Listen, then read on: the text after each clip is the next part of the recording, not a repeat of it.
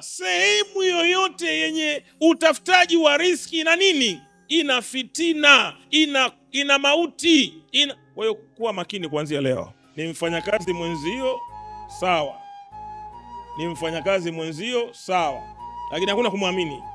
Mwambie ni mfanyakazi mwenzangu sawa, na hakuna kumpeleka nyumbani kwako ovyo ovyo, na hakuna kumwambia mambo yako ya siri wala mambo yako ya kazi wala tetesi za wewe kupandishwa cheo wala marupurupu wala maendeleo.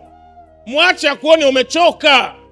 Riski kaka, mtu kazika mtu, riski. Usicheze na njaa.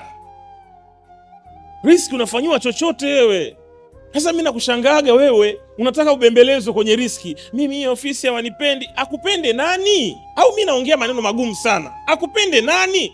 Kwa hiyo mimi nakufundisha kuanzia leo, eneo lolote la utafutaji halina upendo. Utapendwa na mke wako, utapendwa na mme wako, unataka kupendwa. Na hii kupendwa hii ndio inawakosti. Mimi sitaki lawama, utaki lawama kwenye riski. Utaki lawama kwenye utafutaji, utaki lawama kazini, utaki lawama.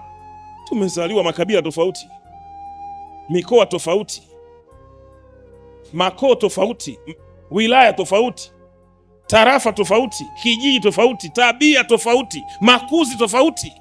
Hako watu wanaroza kurudisha watu nyuma tu kaka. Yaani wao walivyoumbwa tu ni kurudisha watu nyuma. Hawa watu tunao kwenye makazi tunao, maofisini tunao, kwenye biashara tunao. Wako watu wanaitwa kijicho. Yaani kila kitu wanaona wivu tu. Hivi wivu tu.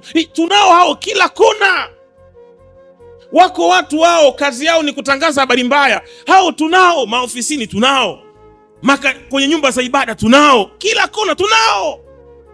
Ni kutangaza mabaya. Usimuone huyo mtumishi huyo, mimi namjua huyo, ashaikubaka huyo. Sasa ina afya gani?